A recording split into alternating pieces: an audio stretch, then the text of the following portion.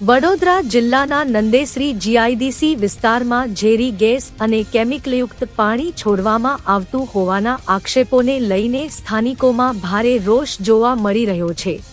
સ્થાનિકોના જણાવ્યા મુજબ આ મુદ્દે અનેક વખત સમાચાર માધ્યમો તેમજ ગુજરાત પ્રદૂષણ નિયંત્રણ બોર્ડ ને ટેલિફોન દ્વારા જાણ કરવામાં આવી હોવા છતાં હજુ સુધી અસરકારક કાર્યવાહી થઈ નથી। સ્થાનિકોના જણાવ્યા અનુસાર નંદેસરીમાં આવેલી જીએસપી કંપનીની બહાર કેમિકલયુક્ત પાણી રસ્તા પર વહેતું જોવા મળે છે, જેના કારણે રસ્તેથી પસાર થતા વાહનચાલકો અને રાહદારીઓને ભારે મુશ્કેલીનો સામનો કરવો પડે છે।